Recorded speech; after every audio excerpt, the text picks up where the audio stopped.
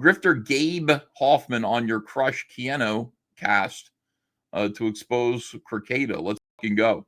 I'll probably watch that tomorrow because I think I'm into this Nick stuff, man. I didn't.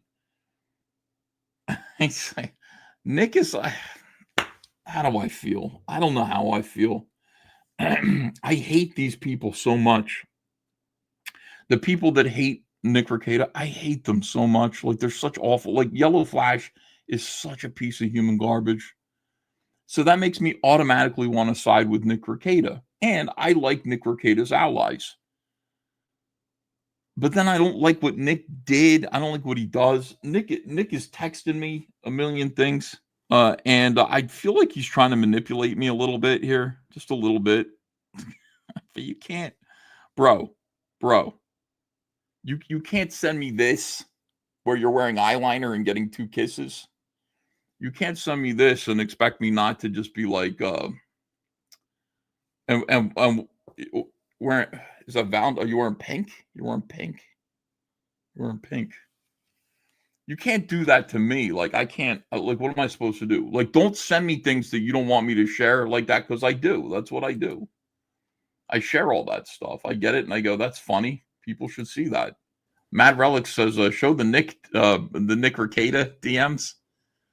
Nah, I don't think so. I mean, they're not that interesting, honestly. It's him just trying to explain to me how much he hates Alyssa Clips. And you know, all that stuff. And then he said, this is what I remember. And then he quoted a song at me that was like how he feels about stuff.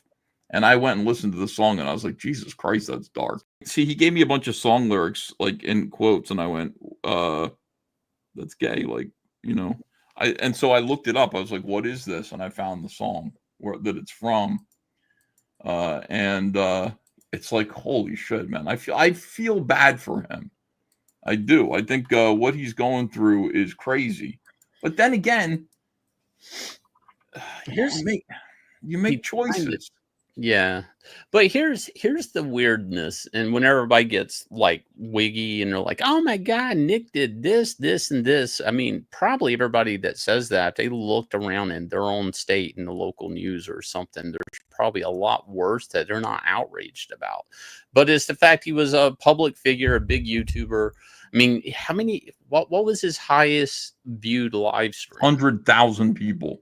I mean, that's the reality. That's why everybody makes Nick out to be a big thing. But to pretend like that stuff's not happening in everybody's, unfortunately, in everybody's neighborhood on one level or another, I mean, it's ridiculous. I completely understand. Like,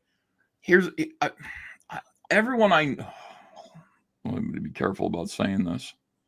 So I know a guy who was raised super duper Christian.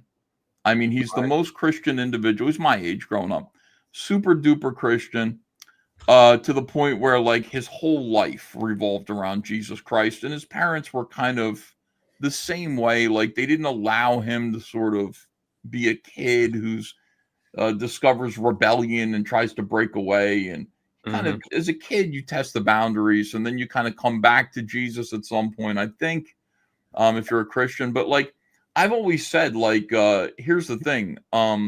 As a parent, the harder you pull your kids back, like your kids are on a rubber band, okay? If you just let your kids sit in the middle of the rubber band, when it's time for them to go, they're going to step over the rubber band and they're going to go on their merry way. But if you're pulling your kids back in one direction, no, and they're fighting, eventually, when you have to let them go because they're 18 or 20, you're sending them off to school, boom, they're going to fling back in the opposite direction just as hard and just as far and just as fast as you were pulling them back in your direction. You can't do it. You just have to love your kids, give them good values, treat them about what's right and wrong, and then just let them be. You have to let them grow and become adults. And I truly believe that. I think parents that really wrestle their kids in one direction, as soon as you get out there and you're like, you know what, I was like, I didn't have sex before I was married or anything like that. I didn't touch girls. I believed all this stuff. I avoided all this stuff. you're gonna like when you get out in the real world, you get married or something like that, something could go wrong. And I think like Nick Rekieta was like, I didn't get married and like I didn't have sex until marriage. And so now Yeah. you're 40 and you're sitting there, you have 100,000 people watching you on a live stream. So you're kind of internet famous, which is a kind of fame that's dangerous.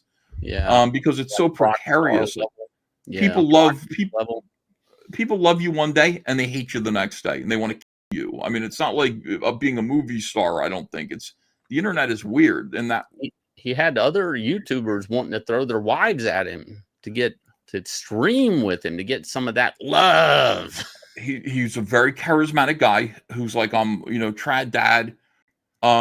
There's also something weird about women. Weird again. Sorry. There's something peculiar about women where certain types of bitches, when they think that you're a trad dad who's married happily to your wife, make it a challenge to come get you and break you up. Okay.